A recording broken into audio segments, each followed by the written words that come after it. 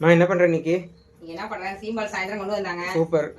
1/2 litre வாங்கி இன்னைக்கு தான் ஃபர்ஸ்ட் வாங்கியிருக்கிறேன். வாங்கி இன்னைக்கு சாம்பிள் எப்படி இருக்குன்னு பார்க்கணும். பார்த்ததுக்கு அப்புறம் தான் உங்களை கொண்டாட சொல்லணும். 1 லிட்டர் வந்து 250 ரூபாயாம்.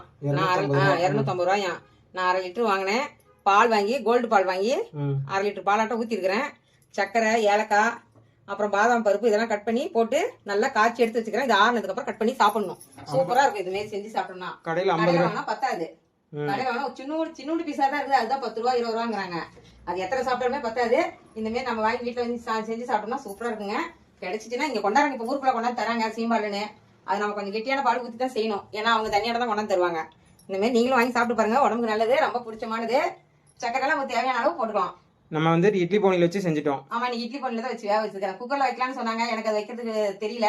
அதனால இட்லி பானையில வச்சுட்டாங்க. ஏன்னா நம்ம அப்பப்போ திறந்து பார்க்கலாம். அதில் வச்சுட்டோம்னா அது பால் பொங்கி வந்துச்சுனாலும் ஒன்றும் பண்ண முடியாது. இந்த மாதிரி நீங்களும் செஞ்சு பாருங்க.